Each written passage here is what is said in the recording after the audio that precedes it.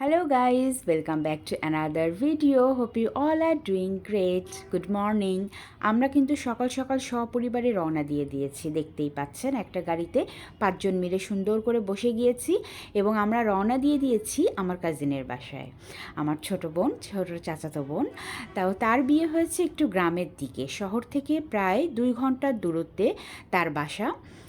কত কিলোমিটার বলতে পারবো না, এই জন্য ঘন্টার হিসাবে বলে দিলাম আমি। জায়গাটার নাম হচ্ছে খিলাড়ি এবং গ্রাম বলে আপনারা কিন্তু ভুরু কুচকালে হবে না, কারণ গ্রামের রাস্তাও অনেক সুন্দর হয় এবং গ্রাম কিন্তু এখন আর গ্রাম নাই। বাসাগুলো এত সুন্দর শহরের মতো বাসা করা হয় যে মনেই হয় না যে বাসার ভেতর ঢুকলে বোঝা যায় না যে আমরা গ্রামে এসেছি। তো সে অনেক দিন থেকে আমাদেরকে ডাকছিল যে আপু প্লিজ আয় আর একটু সারাটা দিন টাইম স্পেন্ড কর, আমাকে একটু ভুলে যাস না। তা আমরা বললাম না বোন, তোকে আমরা তো ভুলি নাই।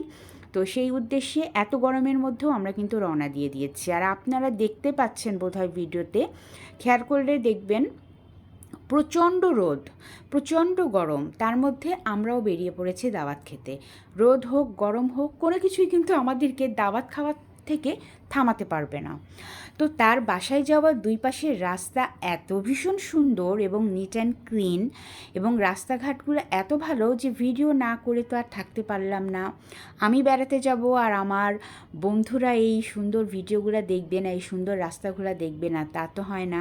আপনারা যদি কেউ শহরের কোলাহল থেকে একটু বাইরে একটু লং ড্রাইভে যেতে চান, এই রুটটা কিন্তু চুজ করতে পারেন। আপনারাই দেখেন কি সুন্দর এই রাস্তাটা।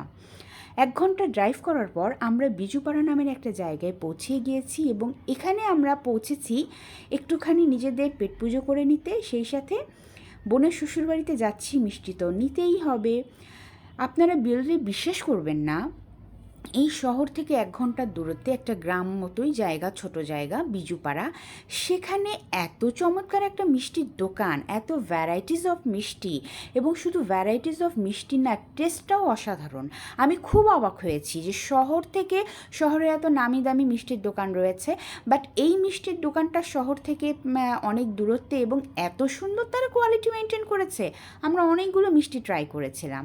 তো কথা বলতে বলতে আমি কিন্তু আমার বোনের বাসায় চলে এসেছি, আর এটা হচ্ছে আমার বোনের বাড়ি। সে একেবারে মেন গেট খুলে দিয়েছে এবং ডাইরেক্ট আমরা কোনো ড্রয়িং রুমে যাইনি, আমরা ডাইরেক্ট তার বেডরুমে চলে এসেছি, কারণ প্রচণ্ড গরম। সে সরাসরি আমাদেরকে তার বেডরুমে নিয়ে এসেছি এবং এসেই দেখি নাস্তা পানি রেডি একদম, যে আগেই নাস্তা পানি খেতে হবে তারপর লাঞ্চ। তো আমরা কিন্তু মাঝখানে লাঞ্চ করেছি, অনেক আড্ডা দিয়েছি, রেস্ট করেছি, ঘুরে বেরিয়েছি, সবার সাথে অনেক গল্পগুজব হয়েছে, বাট সেগুলো ভিডিও করা হয় নাই।